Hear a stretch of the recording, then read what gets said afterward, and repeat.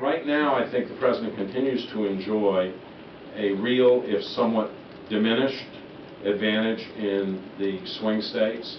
I think that Romney has not cracked Ohio, though he's gained a little bit. If he does not win Ohio, he has to nearly run the table of the other swing states to get to 270 electoral votes. There are three possible outcomes, I think. There should only be two, right? But I think there are three. And actually there are four. One is that the president wins a 3-point victory, somewhere in that range in the national popular vote, and wins the electoral vote fairly comfortably, over 300, around or over 300 electoral votes. The second possibility is that there's a tipping point and people just say we want to move on, and they move to Romney.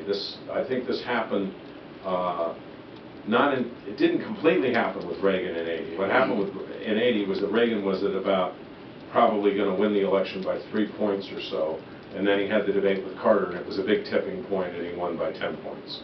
I think that's the least likely scenario. I think Romney could win, but I don't think it's going to be a big win if he does. The third possibility is that for the second time in 12 years, we could have a split between the winner of the popular vote and the winner of the Electoral College. There are two campaigns going on in America right now, or rather, a campaign and a non-campaign. If you're in New York, there's no campaign going on except for what you see in the news and you watch the debate. If you're in Ohio or Wisconsin or any of these states, Virginia, that are on the line, you're seeing intense campaigning, both in terms of television ads and in terms of everything that's going on the ground, in addition to all the news that you're seeing. So you could have Obama, for example, carry enough of the swing states to win, but lose in states where he's not doing very well by such margins that he loses the national popular vote. The Gallup poll, which shows a 6-point advantage, I think it's 6 today, for Romney, has been showing Obama winning 3 of the 4 regions of the country, but losing the South by 30, 35 points.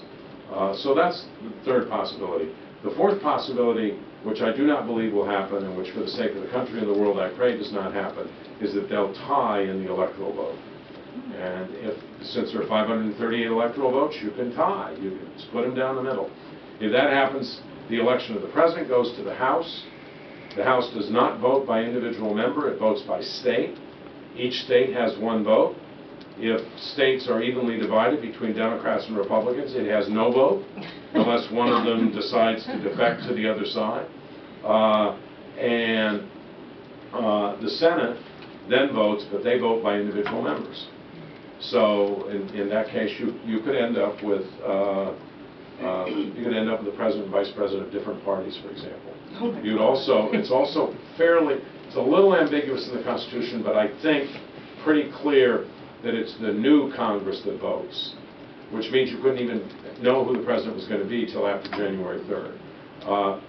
The framers of the American Constitution, living in a very different time than ours, obviously never contemplated this possibility. And I don't think it will happen. I pray it doesn't happen. It would be bad for the world. Anyway, that's my sort of view of it. I don't know whether that's very helpful to any of you, but I'd be happy to